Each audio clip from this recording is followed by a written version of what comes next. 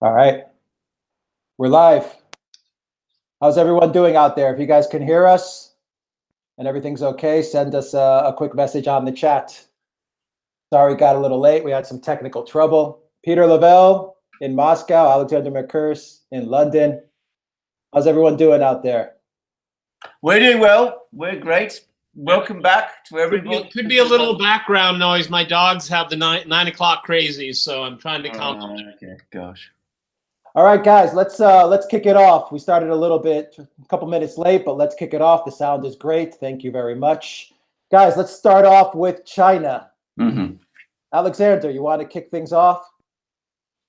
Well, we've got lots going on with China. We see escalating trade wars. There's been news today that the Chinese central bank is pumping money into the Chinese economy to keep it going whilst this issue of the trade wars intensifies. And at the same time, of course, we've got more and more clashes with the South China Sea, with more and more signs of a Chinese military buildup in response to a US Navy buildup. And of course, we're hearing all sorts of very strong comments now coming out of the United States from President Trump himself, from people within the administration, from other people talking about China being a currency manipulator, talking about a Cold War now between China and the United States. A former member of the Fed, the US Federal Reserve Board, talks about a 30-year Cold War coming between China and the US. So lots coming on that front. And I think we're going to see the situation deteriorate.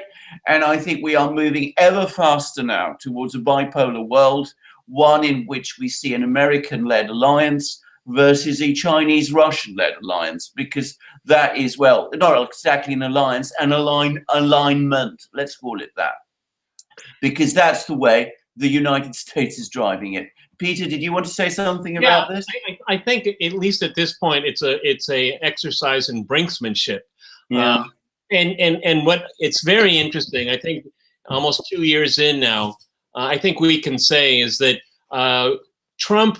Last time we talked, I said he's like a tactician, but a lot of the people around him are the strategists. I think this fits very well with China. What Trump is doing, I guess he's just tearing a page from Nixon, the madman scenario, threatening to bomb Syria to show them, I'm so crazy that I can do anything. And I think Trump is doing this, and this is really his forte. It really is something that he's good at doing, is firing things up, because he thinks, and I think erroneously, when it comes to Iran and Russia as well, the Chinese are not going to blink. Okay? They're not going to blink. And this is it's much more, it's a cultural problem here. Trump believes in a all-encompassing deal. And that's not how the world works, okay? It doesn't work that way at all.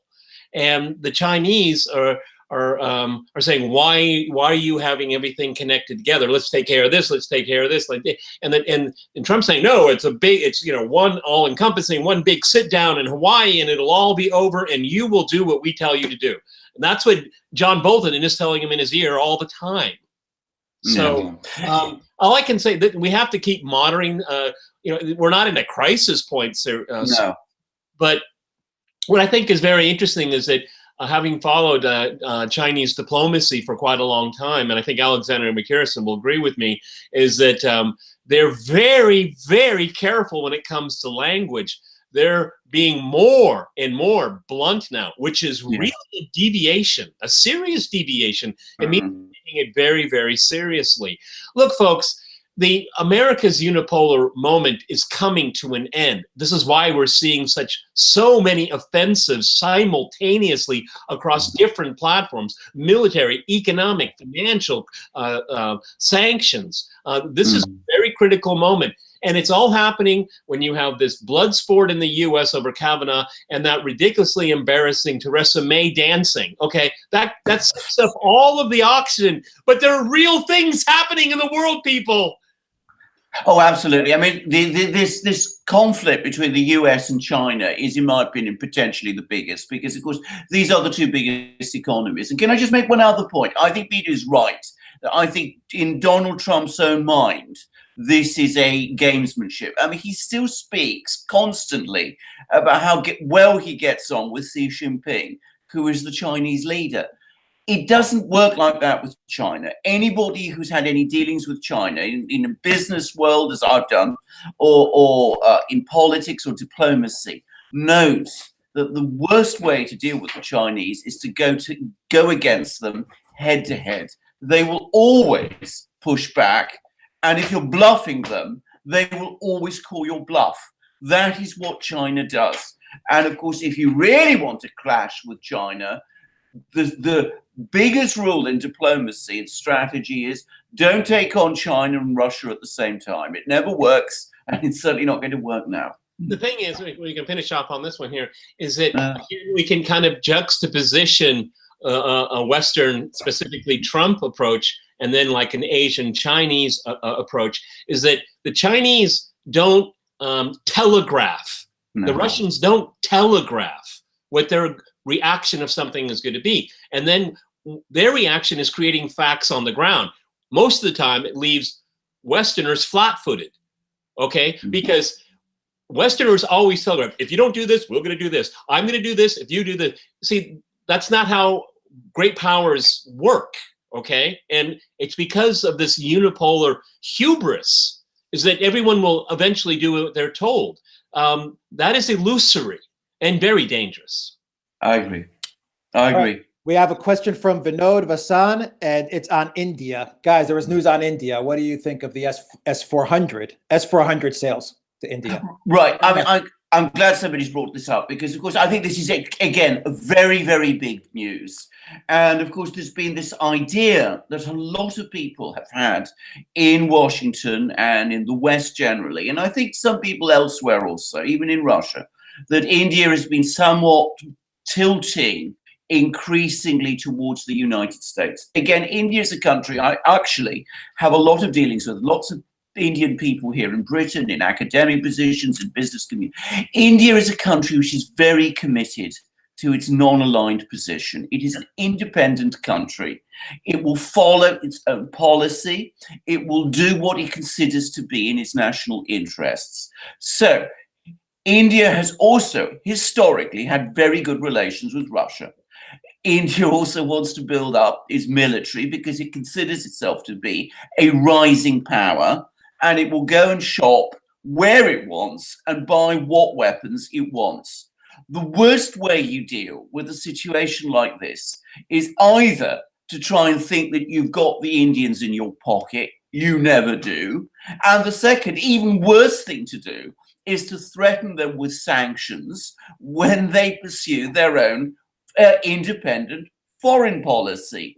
And that, of course, is exactly what the United States is doing. And it could not be more misguided. I mean, this was a giant slap in the face, threatening the Indians with sanctions if they bought S-400 missiles from Russia, made it absolutely certain that they would buy those missiles from Russia. Any Indian prime minister who didn't do that would have been humiliated and would have faced serious problems in India itself. Peter, you're aching to say something. India is a great power, folks. Absolutely, yeah. It's a great power. You have to also understand, this is the backdrop of this whole sanctions mantra. India is not a small country that cannot defend itself. India is a political fact on the rise, okay? And as the US wants to tangle with the Chinese, the Indians have to be very, very sensitive to what's going on, because if there's the perception that, and to use Alexander Mercouris' term, India's in America's pocket, that's not good for Chinese security. I mean, if the United States perilously takes on China, India say, hey, we're not part of that. You know, we're not part of that wing, okay? And we're here to make our own decisions here. It's really the sanctions that really insult them, okay?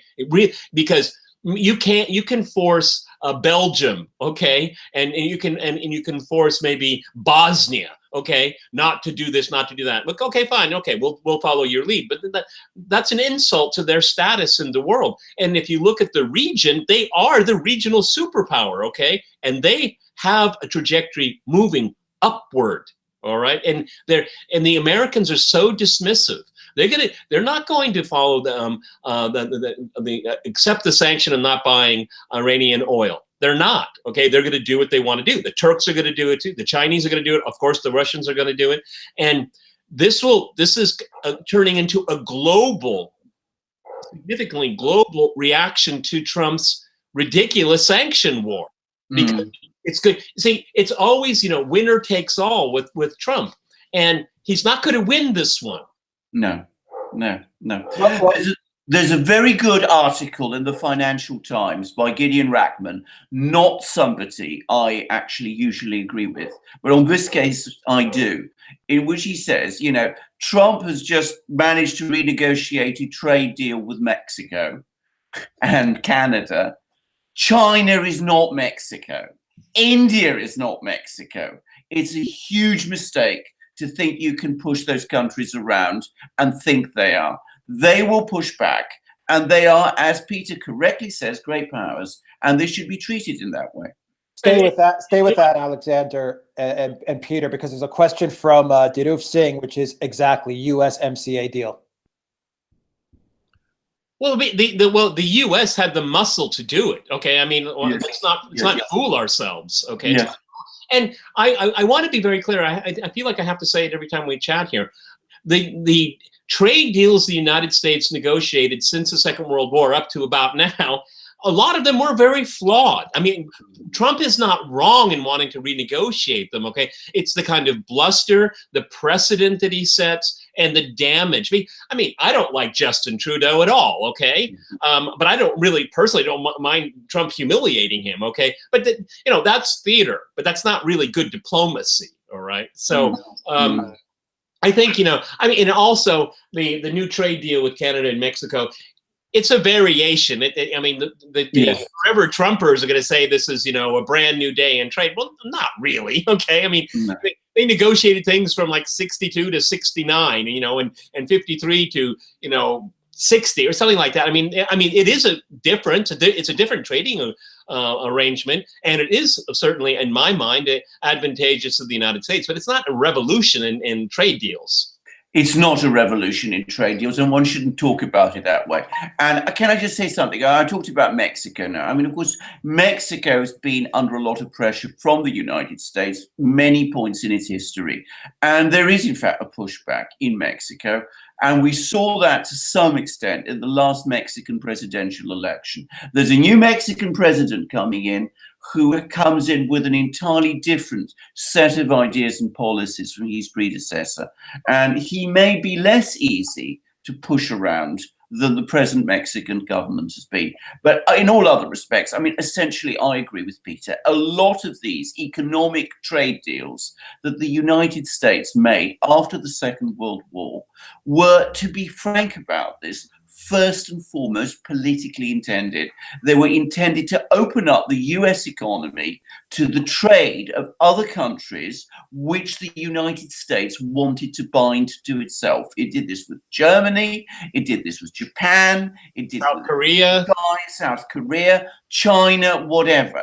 And obviously, those trade deals were economically disadvantageous to the United States in some ways, because that's how they were intended to be. If you give advantages to one, that the US now wants to renegotiate them, I don't think anybody would have problems with that, actually. But the way they're going about it is awful. Well, you have to keep in mind is that when a lot of these trade deals were initiated, the United States had approximately 50% of the world's GDP. 50%. Exactly. Depending on what economist you want to ask, it's 17 to 19% now. Exactly. Right? I mean, they subsidized the Atlantic Alliance with the appendages in Asia, Japan, South Korea, Philippines, Australia. All right, but that's when China was completely, absolutely isolated. It wasn't even part of the equation. Guys, is this an anti-American channel? No, I don't think so. Not at all. In fact, on the contrary, can I say something about it? We're talking about Trump. I think Trump is absolutely right when he says that the United States needs to look at its base. It needs to look at the people in the United States. It needs to consider what the United States needs to do in order to sort out its problems. And the United States, if it sorts out its problems, has a huge amount it can offer. I mean, when people talk about the United States being a country of enterprise and innovation, it is those things. It can be those things. But we have to be realistic and look at the world as it is, and look at the United States as it is, and look at policies in the United States.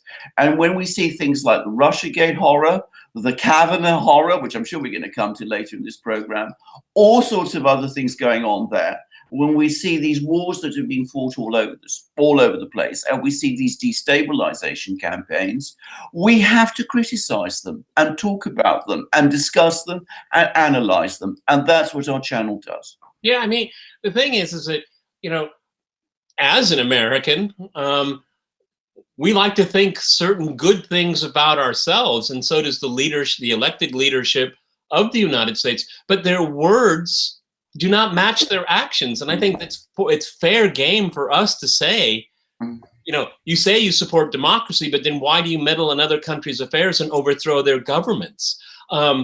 Just in the last few days, Mike Pompeo withdrew from a treaty with Iran, I think signed in 1953 or 1955, which basically allows certain types of trade under any circumstances as humanitarian, and they walk away from it. And they're blaming Iran. No, the United States is doing that. They initiated that. And over and over again in the United Nations, if the United Nations doesn't do exactly what it wants, we will walk away from it. We will defund it. All right. You know, they want to bring their marbles to the game and play their game. But everyone else, they'll determine what marbles you bring and how you play it. And I find that to be rank hypocrisy. I would like my country of origin to stop doing that, and for the good of the country. So, I mean, characterizing us as anti-American, I think, is a stretch here. We're just analyzing, just as Alexander Mercouris said. I mean, the American media can't look at itself. It can't even begin to comprehend what it promotes in the name of America abroad. They don't. The American people really don't have a clue. All right. How many Americans can find Yemen, the worst humanitarian crisis on the earth right now, and it's all man-made, intentional? But if they knew about American and their own government's involvement in Yemen, they might say, "Oh, we shouldn't do that." But they don't know. MSNBC went for an entire year without mentioning Yemen. But how many hundreds of times did they mention Stormy Daniels and the creepy porn lawyer? I hope you get my point. Well, going to America, let's tackle the biggest story. A couple of questions on this, which of course we know is Kavanaugh and the confirmation. So Peter, what do you think of what happened with Kavanaugh's confirmation now that it's in our rearview mirror, so to speak? The Democrats and the liberal media red-pilled the country. Red-pilled it. Because, again, if I can say the country of my origin, I mean, we all are taught, you know, to play basically fair with other people. This was outrageous. In my lifetime, I have never seen anything of this magnitude. It was disgusting and it was vile. Having said that, I would like to know more about how Judge Kavanaugh, or now Justice Kavanaugh, feels about the Fourth Amendment and privacy issues. We don't know. Nobody asked. Nobody asked him about his judicial philosophy. I know he's a conservative, fine. But in the old days, when I used to watch the confirmation hearings, it was like being at the best possible legal university in the world, because you heard the band. I mean, most of them are lawyers, you know, in the Senate, and they would banter back and forth about legal traditions. You know, that was fascinating. What a damn yearbook? Come on, really? So, I mean, I just had dinner with the guys that were on Bullhorns with me, and I said, look, I'm not a big Trump guy. I'm not a big Kavanaugh guy. The way they treated them, I became very empathetic. Yes. And I'm a process guy. I'm a process. If Donald Trump gets impeached, fine with me. But just make sure you do it the right way. Do it right, legal and moral. Okay? Don't do this dirty trick stuff. And that's exactly what this whole thing was. It was obviously on the face. It was all planned, every single step of the way. Alexander. Well, I mean, I've got little to add to that. But this is what I'm going to say. First of all, I am absolutely staggered. I'm completely horrified that in a country which talks about human rights all the time, which talks about the rule of law all the time, which talks about justice and fairness, and which has had some reasons to talk about these things, an entire career of a person who has been, so far as I can tell, a distinguished public servant. You may not agree with these views. Anyone else that would want the job in the future, because I mean, it's mind-boggling. This is mind-boggling. But I mean, should have been trashed on the part of, in light of a wholly uncorroborated allegation about something that happened 36 years ago. What might have happened? I mean, absolutely might have happened because it's uncorroborated. I mean, it's completely unproven to be true. And I am really horrified when I read so much now of the US media, that I read, in which this man's guilt is taken for granted. It's assumed, even though there is only one unsupported allegation against him. Now, really, all I can say about that is a political system that finds it difficult to cope with a situation like that is in very serious trouble. I mean, it is in extremely serious trouble. It should not have been entertained. People should have looked at this. They should have said, well, where's the evidence behind this? There's no evidence behind it. He categorically denies it. It is not consistent with everything else we know about him. And we move on. Instead, we've had this awful, hideous circus for the last 2 weeks, which I think has done huge damage to the political system of the United States, to the Supreme Court, and, dare I say, to the international reputation of the United States around the world. I mean, people are looking at this and they're saying the Americans can't even sort out their simplest problems. The thing is that if you look at his career, everything he has a Midas touch. Everything he touched turned to gold. Even he touched people over these decades in such a marvelous way. I've heard personal accounts. So what the Democrats and the liberals are trying to tell us that he's a Dr. Jekyll and Mr. Hyde. Really, he could be such an awful person, and he's left no fingerprints at all. It's just common sense. It's just simply common sense. Now they say if the Democrats win, they say they want to impeach him. Well, they're going to need 3/4 of the Senate to do that, and that's not in the cards. But how many Americans know that? Almost none. It's never said, but that just keeps keeping this ridiculous fake. It's like Russia, this fake story alive. Yes, indeed. I mean, we moved from Russia to Kavanaugh. And we're coming back to Russia. And now we're going to move back to Russia. But I mean, the point about it is that in both cases, and it's the same in both cases, the collusion allegation between Russia and Donald Trump and the sex assault allegations against Kavanaugh, there is no corroborating evidence about them at all. They're all based on allegations which are unsupported.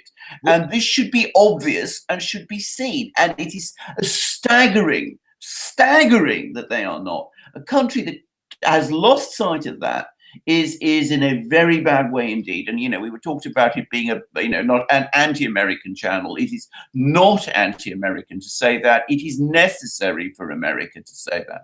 And we're gonna find out. We know, and we're gonna get it this week. and Rosenstein is going to be in front of closed doors in front of Congress. And we know all of the more and more of the collusion, the real crimes that were committed. And it was at the FBI and the DOJ. And I hope that the lawyers of Ms. Ford, they will be interviewed, because these are political actors. Okay. I wonder what they did. Did they actually invent this entire story for this woman to repeat in a 5-year-old's voice? I'd like to know the real story behind that.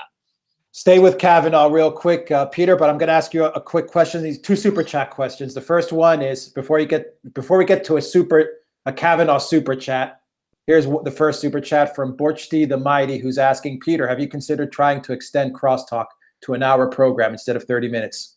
If you can give me the money to pay for the uplinks, I would love to do it. Okay. Television is expensive, folks. If I wanted, say I want to have somebody in San Paulo, that's a lot of money. All right. It's a lot of money. And so it really gets down to budgets. That's all.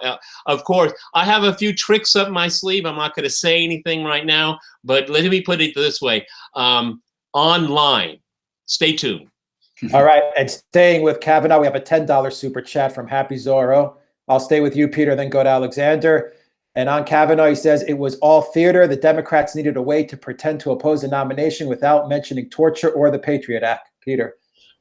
That's a fair question. And I already alluded to that about the Fourth Amendment and privacy, and you can throw in torture. I would like to know more about that also here. However, to be fair to Judge Kavanaugh, he was, and Alexander Mercouris can go into more detail, is we don't know the level of decision-making he was involved in the Bush Jr. administration, but I tend to think not so much. He was much more of a curator of the documents of the administration. He was one that kept track of all kinds of things here. And that's one of the reasons why those documents weren't released, because those are the property of George W. Bush. Okay. Now, I'm sure lawyers can argue back and forth about that, but no, they wanted to talk about beer and yearbooks.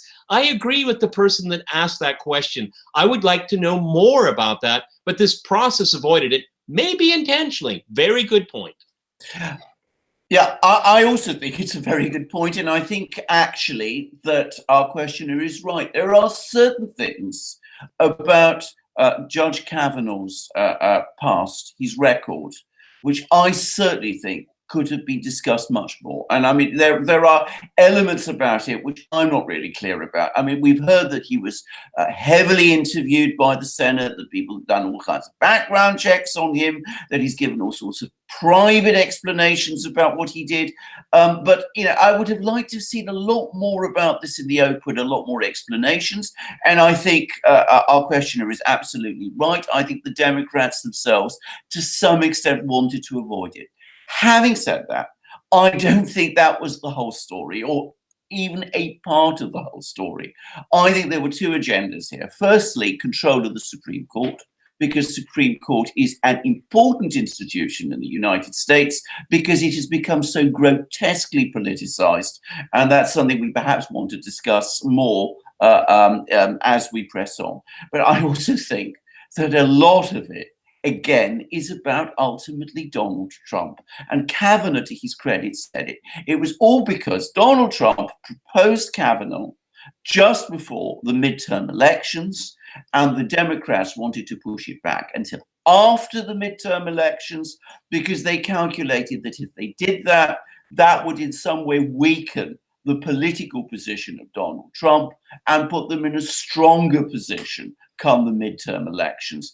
I think that was most of what it was about. I mean, some of the points our questioner makes are valid. I mean, I think I'm not disputing it, but I think 70 to 80% of it was pure politics. Yeah. And the politics, ultimately, attacking Kavanaugh was a way of attacking Donald Trump, who is the person the Democrats simply are obsessed with and want to destroy at any cost. You know, to the person that asked the question, it's a very good question. And keep in mind, and I'm probably agreeing with the questioner, is that there are certain things about national security that there's a bipartisan agreement. So I don't think either party really did want to talk about those things, because they all signed both Patriot Acts. Okay, they all did. Okay, and and Barack Obama was a torturer in chief for 8 years. That's probably an area that nobody in the swamp really wanted to talk about. Okay, so I think there was in a sense a bipartisan agreement between blood foes not to go there, because that's protecting the elites. Yeah. All right, Alexander, I have a question. I think you've answered this in the past before, but give it another shot. Who's going to be the next British PM? Well, who is going to be the next? But the latest. Who wants the job? Well, the latest improbable character that people are talking about is a man called Javid, who is our Home Secretary. I find him completely unconvincing and inconsequential. Boris Johnson's tarnished star seems to be fading. He didn't do as well, apparently, at the Conservative Party conference, as some people said. Frankly, I'm hardly interested in internal Conservative Party politics. I suspect, oddly enough, that Theresa May will cling on because all the other people are so awful that there really isn't any better alternative to her, remarkable as that is. Who will be the next Prime Minister? I think there will be an election, and I think the next Prime Minister will be Jeremy Corbyn. And I don't know how long that will take, but that's my guess. I think that the Conservatives have lost that chance, if they ever had one, to remove Theresa May and replace her with someone else. And who would want the job in the Tory party with this mess with Brexit? Well, nobody does. That's part of the problem.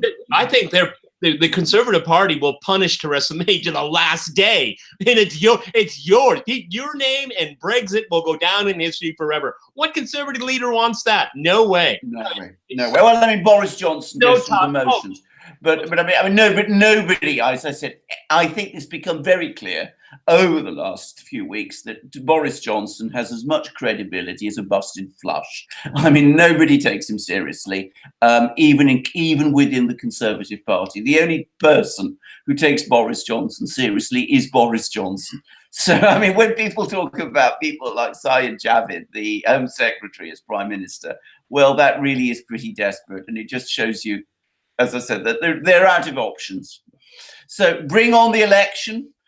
Let's have a change of government and let's see where we go. But as I said, Jeremy Corbyn looks to me more and more likely as the next Prime Minister. It's not a done thing.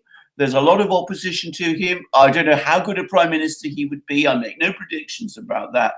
But I just don't see anybody from the Conservative Party taking over. Peter, we have a question. What was your thoughts, the key takeaway from Putin's trip to India, the key takeaway? Russia is not isolated. Okay, it's this. The Washington consensus. They're living in a fishbowl. The world is moving, changing a pace very, very quickly, and they've lost their grip on it. I mean, countries are going their own way. For India is saying, it's like the political bazaar. We're a big player now. People respect us. Great leaders come in and visit us, and we make deals with them. But, the Anglo-Saxon world, or the European world still sees India in, like 70 years in the past. Okay, it's a different dynamic place right now. So for me, it was a stage to show that the multipolar world is here. Now, maybe the Americans and the Brits and the French, they don't know that yet, but it's here. And I think that trip was really says it all in many ways. I mean, Peter's absolutely right. And I mean, can I just say something else? I mean, we're talking about Russia being isolated. There was a ridiculous press campaign in Britain a few days ago, at the same time that Putin was going off to India and meeting Narendra Modi, the Prime Minister of India. They were doing all sorts of things about some great espionage victory that they won in The Hague. And they spoke about the West uniting against Russia. And I looked at which Western countries: the United States, obviously, Britain, Canada, and the Netherlands. That isn't even the West. And here is Putin going to meet the Prime Minister of a great power, And surely that tells you which country, Russia, I mean, to say, Russia is playing the big game now. I mean, Russia is playing a big game. Britain is doing nonsense. And you cannot confine Russia in any, you can't talk about the isolation of a country like Russia. That is silly. Now, I think there is actually something more about Putin and going to India, because, of course, India is, as Peter rightly said, a rising great power. It is also a great power that has had a complicated relationship with China, with which it fought a war in the early 1960s. It has always had traditionally friendly relations with Russia, which of course has very friendly relations now with China. So you can see a kind of triangle now beginning to emerge of India, China, and with Russia in the middle, trying to keep the bridges open between the two. The Russians are able to talk in a very friendly way with the Indians. They're able to talk in a very friendly way with the Chinese. They sell S-400 missiles and Su-35 fighters to the Chinese. And lo and behold, they're going to do the same now, it seems, with the Indians. And of course, trade between India and Russia, which had been something that had fallen back quite considerably, is now starting to grow again. And who knows, perhaps that will make for an even stronger part of the triangle that between India and Russia than that which we have seen until now. So it is Russia certainly not isolated. It is India certainly rising as a great power. But we're seeing here real international diplomacy conducted by adults. Mm-hmm. All right, Alexander, staying with you real quick, because we got 700 plus people right now on, and the questions are coming in pretty fast. Real quick, what do you think of the Interpol president disappearing in China? I find that a most extraordinary story. I don't really know what to make of it. I think it's certainly a story that needs to be watched and weighed up very carefully. I would say something. It was considered a big breakthrough when a Chinese official became elected president of Interpol. Up to then, Interpol has been controlled by the United States and by the Western powers. Of course, it is based in France. So when a Chinese official got elected president of Interpol, it was a big sign of the shift in the international balance of power. Now, this person has, as I said, for the moment, he seems to have disappeared. I hope all is well with him. I hope that there is there may be, of course, bigger stories that we simply don't know about. But I mean, it's something, all I can say about it is we watch it with concern, and we will see where this goes. I'm sure we will find out more very quickly. And then when we do find out more, that will be the point to revisit this question further. All right. Peter, we have a super chat from Katie Miggs. Is there a power struggle within the deep state between male and female elite factions on display in the Kavanaugh hearings? Thank you for the super chat, by the way, Katie. I don't think it would be broken down by gender. Both genders like power. Okay, I think that's pretty clear. Because this confirmation process was so bizarre, everything that policy-wise was sidelined. And I can't answer the gender thing because I don't think it really exists the way it was formed. But we really, I mean, in many ways, Kavanaugh is part of the deep state, and we have to know what his judicial views are. I mean, apparently he's a really, really bright guy, all right? But it goes to the question we had just before. I mean, the whole national security state angle of this candidacy was never discussed in public at all. And maybe that was done intentionally. I tend to not think so, because liberals get their hair on fire way too easy, and the elections are coming up. And so from that dimension, but as a male-female deep state thing, I don't think that really exists. Maybe it does, but I've never come across it. Can I just say something? I thought that was an interesting question. The way I would look at this is that the deep state, or sections of it, seem to me to be manipulating Western feminism, which is a movement which has had, a lot of achievements behind it. It is manipulating Western feminism as part of its overall campaign to pursue a certain type of policy and to target Donald Trump. And it astonishes me that so many self-proclaimed feminists are letting themselves be used in this way, because that, it seems to me, was what this whole Kavanaugh thing was all about.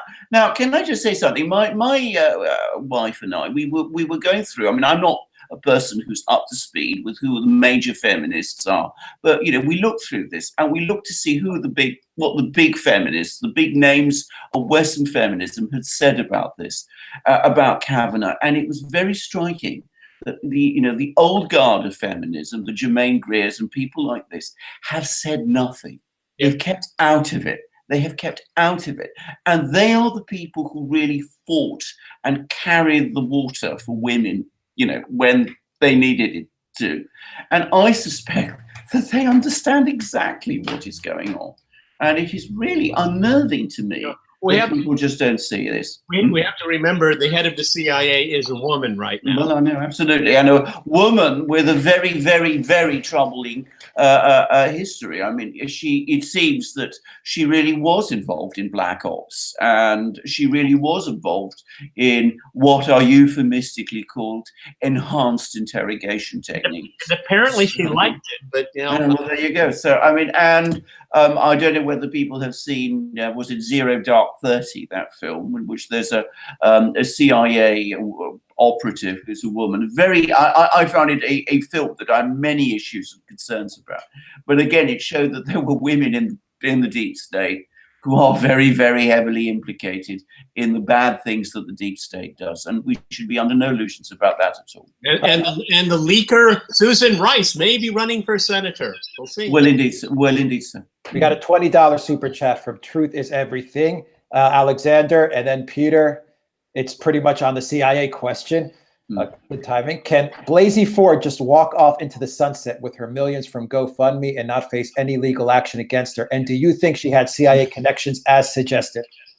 Well, I don't know about the CIA connections. I mean, I generally don't. And, I'm going to do what people are not doing. I am not going to speculate on mere allegations. I don't know about those. What I will say about her is that she will not fade into the sunset. I predict that we will be seeing her on TV chat shows and TV programs and all sorts of things. And the $1 million that she's apparently made through crowdfunding is going to be only the start of it. So as for criminal action against her, I don't think there's any realistic possibility of that at all. I think that there is absolutely no chance of it. I know people, a lot of people don't believe what she said, but you have to have more evidence anyway for perjury.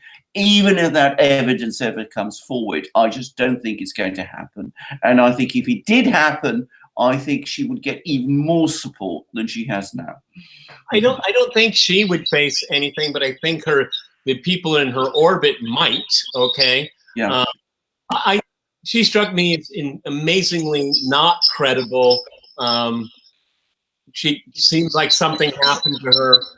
I don't know what, but I tend to think that she's not going to want the limelight.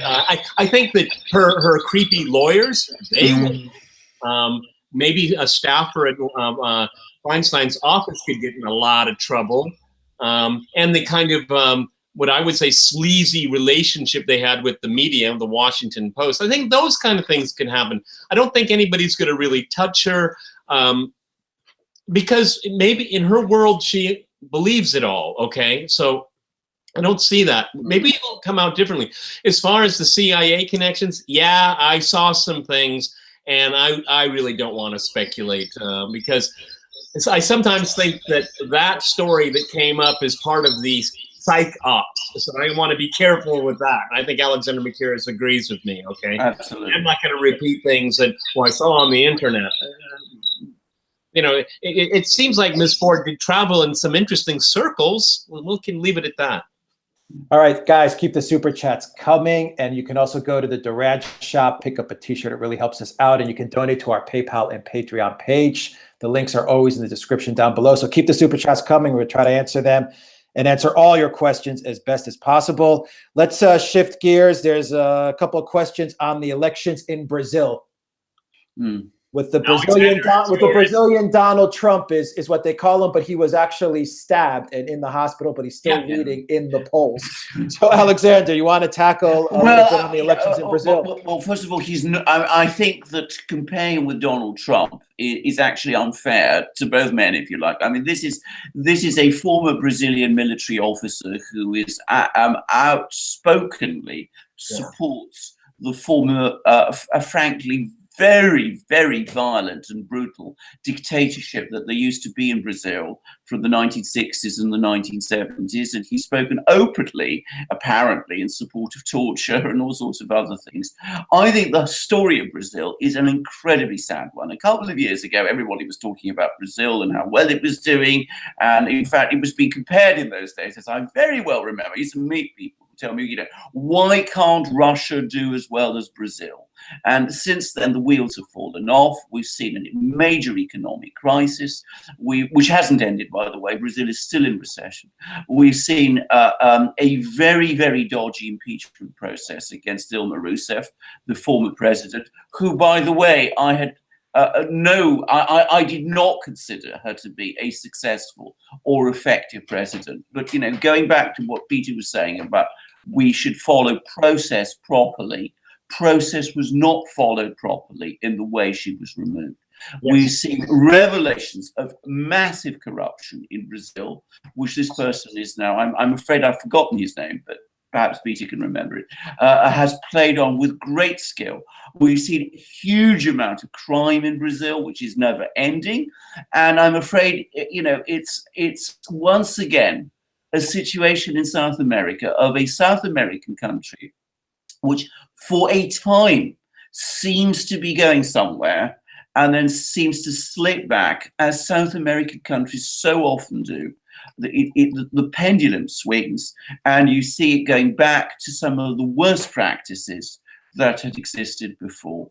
I hope one day that Brazil, a country with many millions of talented people and with abundant resources, can find its way out. But I'm afraid this election that we're seeing at the moment can only makes me feel very concerned and very, very, very worried for Brazil. Yeah, the problem with countries like Brazil is that they don't, when we think of the deep state, we tend to think of the security apparatus, but countries like Brazil, which is very rich, by the way, they have a governance issue that's long-standing. But they have the deep economy, and that's what it's kind of like Ukraine in that way. I mean, you're fighting over deep and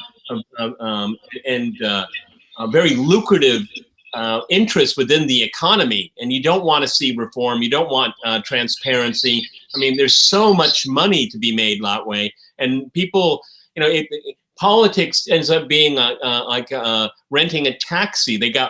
One person's built up, they're brought there to the presidential palace, time to get rid of them, and let's go start all over and do it again. It's switch and bait, okay? I mean, obviously this is very theatrical, okay? But it's not dealing with the deep, serious governance problems that a country like Brazil has. I mean, when the times are good, you can cover up all the blemishes, but when times are bad, you got no makeup to cover it up. Exactly. And I mean, I think this has become very obvious now, that the sort of Lula interval where everybody thought things were going well. In fact, it was simply that he was riding the wave of the commodities boom. Commodities prices, which made Brazil look promising. But I mean, the governance issues and the corruption issues that Peter was talking about were never really addressed. In fact, they weren't addressed at all. And now they're coming back with a vengeance. All right, we got a super chat from Ashley Van Dyke. Oh, this is a real doozer of a question. Question: when autonomous vehicles reach 51% of the roadway traffic, how much will it cost to drive a 69 Camaro on the street, insurance, license, etc.? Peter, this is right down your alley. They probably won't let you. And I hate cars and I don't drive, okay? Alexander, you're an expert on 69 Camaros. Well, I just about do drive. I'm probably not the world's best driver, and of course, not being a technical person at all, I can't say. But the true answer to this question, the honest answer is, I don't know. When we get to that point, when we evolve to that point in the motor vehicle world, then I'm afraid it will be so different from what we have now that even to try and understand to try and imagine what it will look like, I don't think one can do that. We'll see.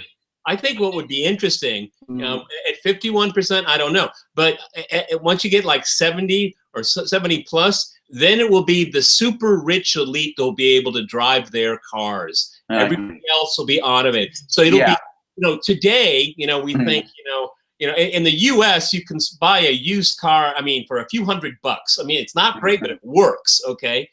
And once we get, automation up to 70% or plus, it'll only be, the super rich that can drive their beautiful Camaros and stuff like that. It'll be an elite privilege. Yeah. I drive a lot, so I'd say a 69 Corvette would be a preferable car to put on the street. Nice muscle car. Yeah, nice muscle car. And I'd also say real quick on that, once you get into automation, keep in mind the computers are going to decide who lives and who dies when an accident does occur. They're going to run their algorithms and they'll decide who's less expensive to deal with. To keep alive. Yeah, exactly. So keep that in mind. Anyway, we're moving on. Peter, there's a question for you. What is free speech like in Russia? Fine. I don't even know why anyone would ask that. If you look at the chat shows on TV, very, very vigorous. I would say that there's not as much, if we compared it to the United States, there's not a lot of personal attacks against President Putin. It's a cultural thing here, but people ravage his government's policies. We talked about it before, pension. They're still talking about it. And Putin took a huge hit in political capital to look for that compromise. And I think one thing he did is he said, if I'm going to come up with this compromise, everybody in the parliament's got to vote for it because you're going to take a hit too, just like me. All right. The internet is absolutely free, and actually quite cheap as well. The only issues that they would have is terrorist groups or radical groups that would be promoting racial hatred and division, violence. If there are websites like that, then you're going to get a knock on the door. The problem is some of those people go into the Baltic republics or outside and they beam it in. And it's something that the Russians do not like because Russia's had problems over the years with dealing with fanaticism and terrorism. But as far as speaking your mind, if you there's still newspapers here. There's Stalinist, trade unionist, conservatives, religion. It's all there. As a matter of fact, it's much more pluralistic here than it is anywhere in the West. Serious. Okay. I'm going to say the same thing, actually. I look at the British media now, and Pravda is the old Pravda describes it exactly. There is much, much more, in my experience, much more in exchange of ideas goes on in Russian media. I know this sounds crazy to people when I say it, but much more than you see in Britain. But what people talk about is so different here than it is maybe like in the U.S. media. People, parents are complaining about educational reform and curriculums and things like that. They're talking about laws, with the new pension law. There's a fear that people in their 50s could easily get fired, and they want to pass a law to protect people that are a little bit older. It's these things that people talk about every day. People don't talk about Putin. Yes. Foreigners seem to talk about Putin all the time. They don't. They don't talk about him even. They don't talk about him in their personal lives. People you meet.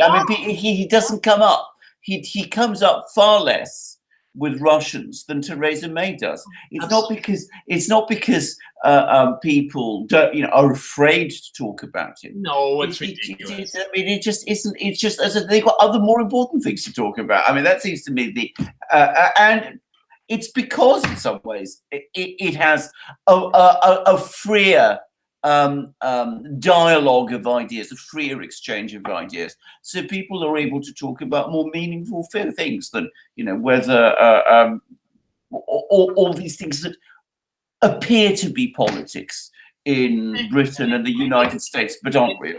And to answer, you know, in a different way, there are protests it's a protest every single day in Russia, in multiple cities. You get a permit, and we're going to be on this street here, and the police can say, well, can you go on that street because there's a lot of cars on this street here, but we'll protect your protest. What 12 to 6? Okay, we'll be there. You get a permit, and the police protect you. But, you know, some of these protesters that I strongly believe have connections with Western organizations and NGOs, you know, they break the law, and then when you protest and break the law here, they arrest you, they take you downtown, they book you, and then they tell you to go home to your mommy. That's about it. All right, we got a super chat from Roscoe Haynes, £5. Thank you. Roscoe Alexander, any comments or more information on the Skripal situation since you're in the UK? Well, what indeed? I mean, the key point, and I think this is the thing we should never lose sight of, is that we are hearing all kinds of things coming out of the media, but we're hearing very little coming out of the police, who are the people who are supposed to be investigating this case, and from Sergei and Yulia Skripal themselves, we're hearing absolutely nothing at all. We haven't heard from them for months, and that is very strange. Now, about the case itself, all I'm going to say is this. I don't know what happened. I have a completely open mind about it. I found the case that the British government, or rather the British police, have put forward uncompelling, and that's putting it mildly, and we should never, ever lose sight of the fundamental principle that people must be presumed innocent until they are found guilty. The police said it. That is all I think we can say at the moment. There's not going to be not going to be a proper criminal investigation, and there cannot be when it is conducted with such extraordinary secrecy. So the obvious thing to do is that the British police have spoken about, they have 2 Russian suspects. The Russians have said they're prepared to cooperate. That cooperation could take the form of British police officers coming over to Russia and interviewing those suspects. It's not difficult. I think the Russians would be perfectly open to that sort of thing. The British always say no. The case is not, as I said, be transparently conducted. We don't have much information, and we must presume innocence until guilt is proven. And it is a very serious matter to me. It's a matter of real concern that we're not hearing from the Skripals. I think that's all I can say. Well, the British authorities don't want a conclusion to this. No. Why spoil the party? Okay, it's always that lingering thing. Okay, no, this works to their advantage here. I mean, you have Alexander will probably know the position, but they had some kind of inspector come out and give what they know, and within a few hours, Theresa May was in Parliament, and she acknowledged everything that was said. He never said anything about politics, and she said, "Well, we know." I mean, in one news, remember, it was like, "What?" She directly contradicted him. He said, and by the way, I'm pretty sure that the police are furious. I know the British police. I've worked with them many times. I think the British police are probably furious at the way in which the politicians have interfered in the investigation. What the police chief said, he is the head of the anti-terrorism branch here, is that there is no evidence of Russian state involvement in the Skripal case. Theresa May, as Peter said, within a few hours, got up in the House of Commons and said that the 2 suspects who the British police have identified, and they are only suspects, we must not forget this, they're people the British police want to speak to. That is all. She said that they are GRU officers. Those 2 statements, that of the police chief and of Theresa May, are not only not consistent, they are in diametric contradiction to each other. She is not in a position to say those things, because if she is a witness to this case. She should be providing the information she has, not to Parliament, but to the police. And for her to stand up in Parliament and to talk like that is blatant political interference in the conduct of a police investigation. And I can tell you for a fact the police don't like that sort of thing at all. All right, Peter, we have a $10 super chat from Rosebud. The Sergei Skripal hoax Skripal, quote, traitor and scum, betrayed his country, what Putin said recently. Skripal was caught and spent 5 years behind bars. Skripal is not a victim, but a lowlife. Anyway, I think to summarize the question is, what was your take on Putin's when he was at the event, at the conference, and he said that Skripal was a traitor and a scum? Well, he was a traitor, that's for sure. And you have to remember, Putin came from the KGB, former KGB. You turn on your fellow officers and agents. Maybe the scum word is appropriate. Yeah. You know, you take a solemn oath. Okay. Okay. Did Skripal do it? Apparently, did he do it for ideas? No. He did it for money. All right. So he sold out his country for money. So I think it's a brotherhood issue. And there were a lot of ex-KGB folks when the Soviet Union came to an end. They sold their secrets. They were well taken care of. There's a great sense of bitterness in Russia that so many people sold out their own country. And now it's the FSB. It has a high prestige. No one fears it, not at all. But they're seen as being very professional. And I can tell you, all these guys are GRU and all of that. They don't really fit the profile of the most prestigious officers in the intelligence community. It just doesn't work that way. Traveling together one day, staying in the same room, partying it up, loud music, prostitutes. Really? No. Or maybe it's so devious it's beyond my comprehension. So I think President Putin was speaking from the heart, and I think he feels very strongly about it. Betrayal is something he feels very strongly about. Absolutely. We have a €5 super chat from Micah Furkas. No questions. Thanks for the show. Thank you for the $5 super chat. Alexander, we have a question. Do you know anything about some oil deal between Russia and Saudi Arabia?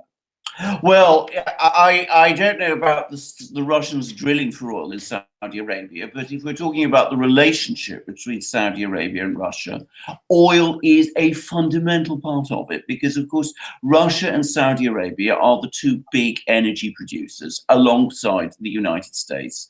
But it is Saudi Arabia and Russia which, between them, decide the state of the oil market. Now, what happened in 2014, as we all remember, is that the oil price crashed from $110 a barrel. Well, at one point it went down to below $30. And the Saudis seem to be quite content with that because they said, this way we will establish our own market dominance because we got the deep pockets. We're a small country. We've got deep pockets. We can absorb all these losses. And it turned out that the Saudis couldn't absorb. They couldn't do that. They couldn't do that. They were in great difficulties. Whereas Russia was a much bigger, far more diversified economy, adjusted to the oil price fall. So what happened was that in 2016, the Saudis came to the Russians. They said, we've got to first freeze the oil production, and then of course they agreed with the Russians an oil cut. And that is what has caused oil prices first to stabilize and now to rise, which shows, to my mind, that in this relationship between the Russians and the Saudis are bound by the hip to the Russians, and the Russians are the big players. It is President Putin, not Crown Prince Mohammed bin Salman, who is the real chief player in the oil market today. But if Saudi Arabia and Russia, despite their major differences on many things, have cordial relations, it is because the Saudis understand that for them, the oil market being an existential issue for Saudi Arabia, relations with Russia are now an existential issue because the Russians control the oil market. Peter, you are, again, I can see. No, but it's really funny. Trump is furious about the oil price going up because it's going to take the steam out of his recovery. We could have a separate program on that because I'm not sure what that recovery really means.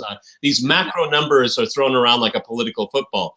But you know, it's the U.S. has appointed Israel and Saudi Arabia as its guardians in the Middle East, and when it comes to something really important like oil prices, the Saudis say, "Can you spell a middle finger?" I mean, and it no impact on it at all. And who do they make the oil price deal with? With the Russians. But Russia's isolated. I mean, again, we're not anti-American. I'm just saying, can we just have some more common sense? Yes. You know, we're pragmatists. We're realists. Okay. All right, we have a €2 super chat from Forkis. We need Dugan bad. When is he going to be on? Dugan on this show?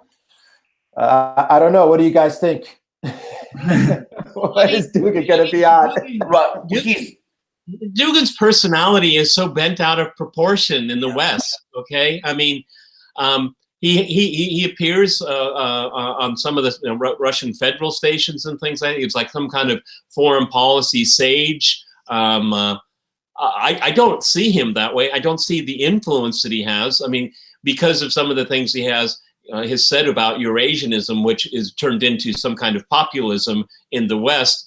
And then, you know, they tie him to Putin, and then Putin's a populist. Well, it's patently not true. All right. He's not Putin's foreign policy advisor. I mean, he pumps himself up. Okay, fine. That's his business. Okay. But his impact here is minimal. I mean, like I said, he has these ideas about Eurasianism, which I've taken a look at. I think that Alexander Christoforou, you should do an interview with Mark Sloboda because he knows a lot about Dugan's ideas of Eurasianism. And I think a lot of viewers would be really surprised when it's not. So I've met Dugan once. Maybe I'll meet him again, but it's kind of more of an up close and personal thing with him because his influence is not. It's marginal at best. Can I just also add to something there, which is, of course, that the Russian Foreign Minister Sergei Lavrov about a year ago wrote a long essay, which you can still find on the Russian Foreign Minister's website, in which he made it very clear that he disagrees with Dugan about many things, and that he thinks that Dugan's emphasis on Eurasianism is wrong for Russia. So, I mean, this is not, you know, an advisor. This is the foreign minister of Russia, somebody who is very close to Putin. I agree with Peter. Dugan's influence is wildly exaggerated in the West. I think he's become a lightning rod for people who want to accuse Putin of all sorts of things and who have created this absurd idea that Dugan is some sort of sinister. They want to turn him into like a David Duke or something like that. Well, he isn't. First of all, he is a very erudite and sophisticated man. I mean that unquestionably he is. But I would say characterized. You know, but I would say he's more of a political philosopher of culture, not of geopolitics. Absolutely, I totally agree with. I completely agree with that. And to see him as exercising some kind of political influence is nonsense. I mean, it just isn't true. All right, we're over 800, approaching 820 viewers now, guys. Just to make it clear, we're trying to answer as many questions as we can. Yes, the super chats. We try to answer all the super chats. We also try to answer your questions on the chat because there's a lot of people talking about that. So we're trying to answer as many questions as possible. Just be patient. We're trying to get to all of them. AP has asked this question a lot on the chat. So Peter, can you answer it real quick?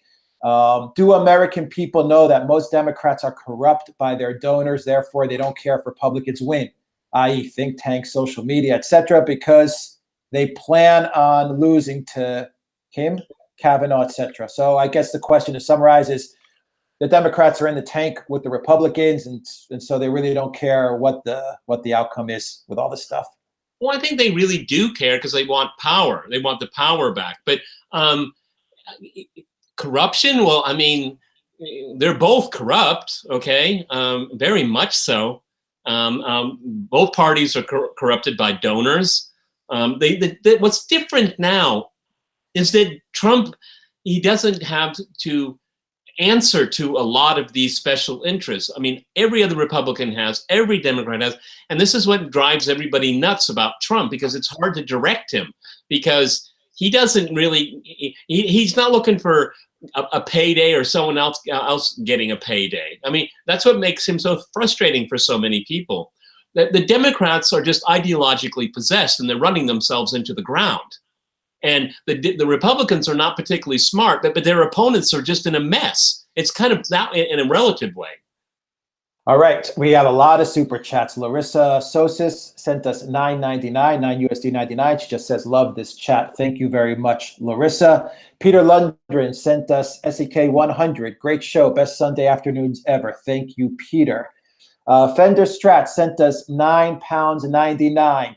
Coming in late, love the show. Just received my t-shirt. All right, we're glad you like your t-shirt.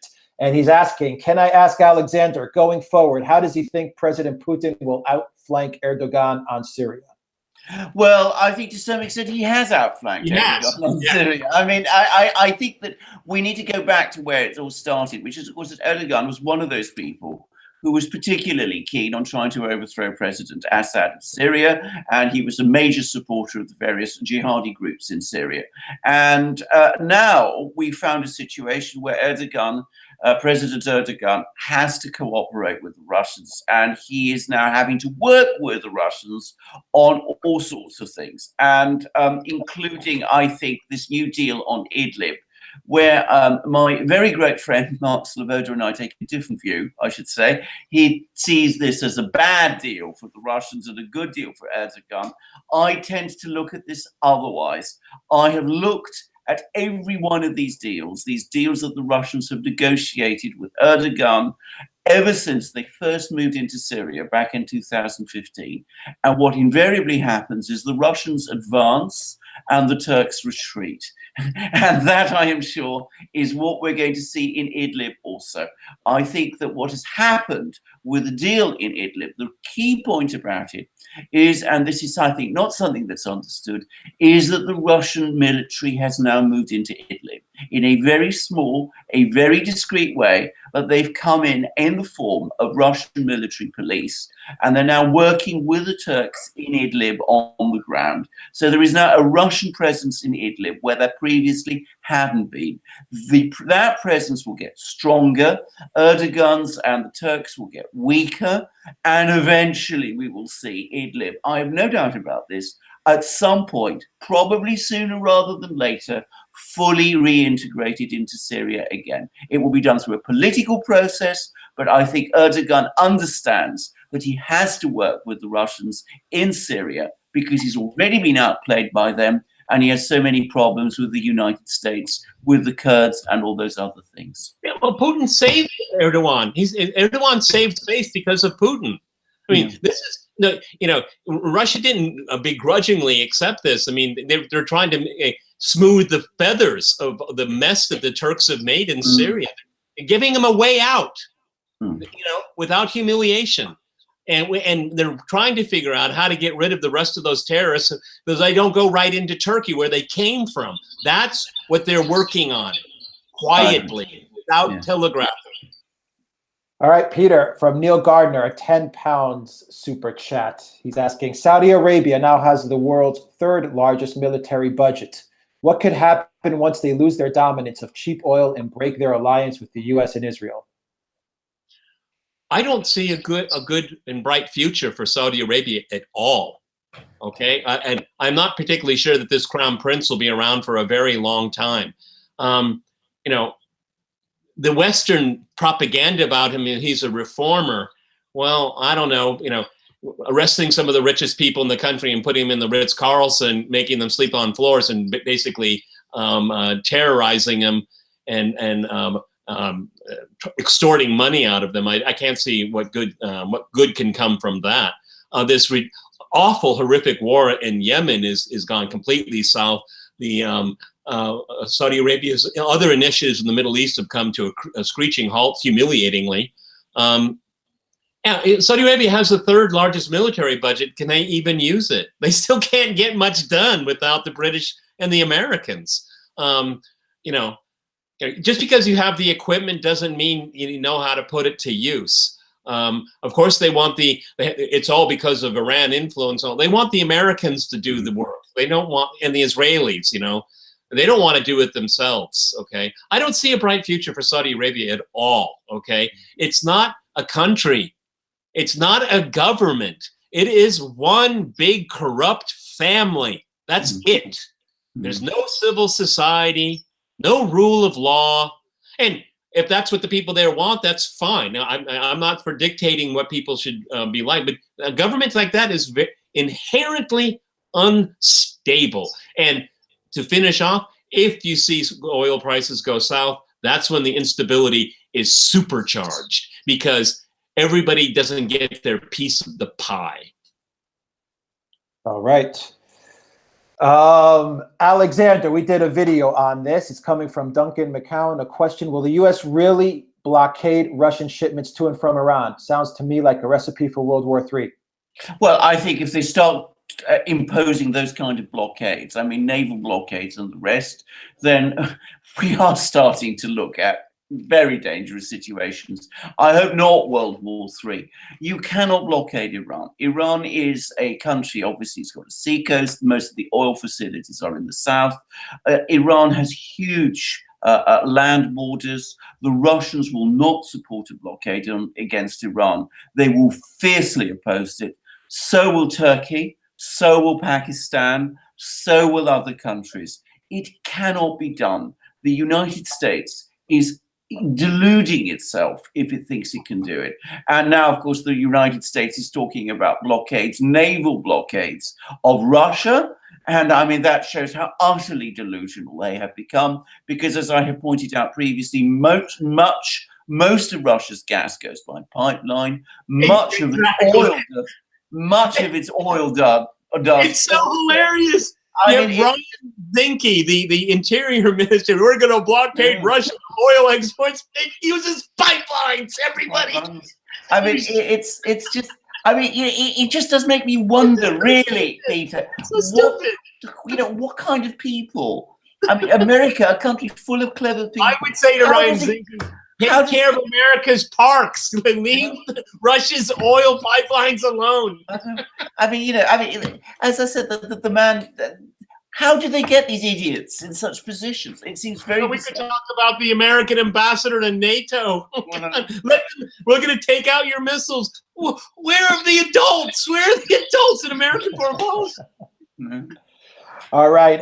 Fadnix FP40 says, hi, Alex. We have bought a Question More t-shirt. Thank you very much for buying that t-shirt. Guys, buy t-shirts. It helps us out. Donate to our PayPal page and our Patreon and send us your super chats. We'll try to answer all the questions, including the super chats. We'll try to answer every question that you guys put on the chat. An interesting question, just to veer a little bit off topic real quick. Alexander, have you seen any of the research on Peter the Great, where they say he was killed and then substituted for a Dutch guy? That was from Larissa.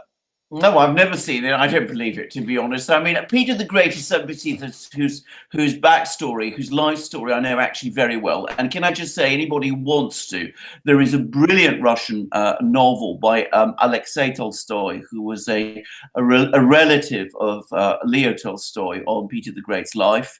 And the Russians made a brilliant film on it, if you really want to see it. The story I know about Peter the Great is that he was a titanic figure who carried out massive reforms in Russia, who was a brilliant military leader. This was after he went to the Netherlands, and he died in a most extraordinary way. He saw a ship being shipwrecked, and he was by the sea, and it was winter, and he took off his clothes and plunged into the sea to save the sailors, and unfortunately he caught a chill, and he died that way. So, I mean, he died of a most remarkable and brave death, but I certainly don't believe any stories about substitution. Anybody who follows his life closely can see that he was called Peter the Great. Oh, absolutely. And can I just say, I mean, he is the Tsar that most Russians today revere. I mean, he is for the Russian people a great hero, and deservedly so. He was an extraordinary man. All right, Peter, what do you think of China supplying drones to the Saudis?